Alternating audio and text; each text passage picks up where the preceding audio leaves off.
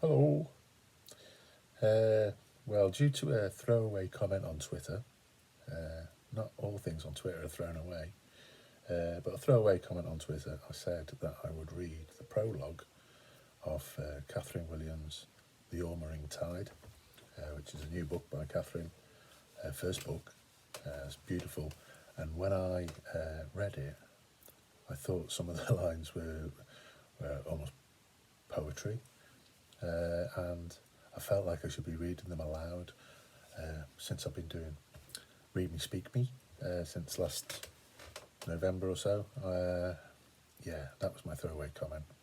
And then Catherine herself said, do it. So, can't argue with Catherine, can you? So, anyway, hold on. I'll just water my mouth. Just to let you know, ormers are a type of shellfish. They are found in different places around the world, and they've got different names around the world, but in the Channel Islands where this is set, they're known as ormers, and you can only pick them for a couple of days a year around the spring tide. So now you know.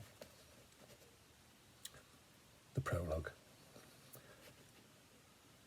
The nights I have spent in this room, the same silence. I can hear my heart, not a spurning ache or a yearning pull, just turning over, waiting to move on. My body is honest. The chimney over there, a rib cage. My secrets are all inside it. My brain has lit itself and wants to float away up through the chimney from smoke to cloud. I used to spend my time wondering and imagining a different world, making up rules for how things were. Things grew at night. Plants used up every inch of themselves just to break free from winter. The time to say something passed me, and I was left with words, rolling back and forth in the tides until they were smooth and round and could fit between my tongue and the roof of my mouth, with my jaws shut and a smile on my face. I lie back on the same pillow and listen to the nothingness. There is something, always, filling the stillness. The nothing is stuffing dead feathers in a cushion. Chair legs scraping downstairs, a wooden creak, a foot, a stair being stood on, then stood off. The wind hitting the tree and the gate, which still gets left open by the brothers, even though they are old enough to make a gate themselves, never mind shut one. Tomorrow I will be married. I become they. They were going to the mainland after the ceremony, with the islanders waving and throwing rice into the air. They would think about a new place to live. Birds will come and eat at the rice until there was no sign. We even stood by the stone steps, and that will be the end of my life as it is on the common.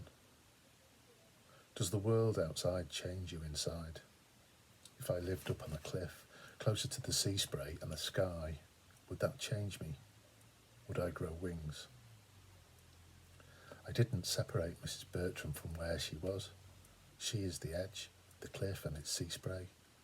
She looks out and down from a window, while I was looking out and up. I only imagined I knew her just like landscapes or emotions we breathe in. A flat expanse, an easy deep breath, a mountain feels cold in the nose valley, swallowed whole like an oyster. A glassy lake is tipped and drunk right down to the cold icy stone bottom. We sit inside them, then they are inside us. I walk to the window to make it real. The curtain in my hand is soft, and I hold the curl of it and pull it down and stroke it to the inside of my palm. It catches slightly on a rough piece of skin, just a fraction. The rest is a smooth sensation that I repeat in little circles as I look past my own reflection in the glass. At night, the earth rises up in its darkness. It always has, it always will. Its breath up and into the dark night. The common, the back of a furry fern beast, flattening out around the cottage like it's been hit with the back of a shovel. It keeps the dark memory of Mr. Willow in the dark house over there. I wonder if Mrs. Bertram looks at the square of Dar land. From up there, is it any flatter? Doesn't matter. He's dead wood, and she's up on the cliff, out of reach of his bony branches.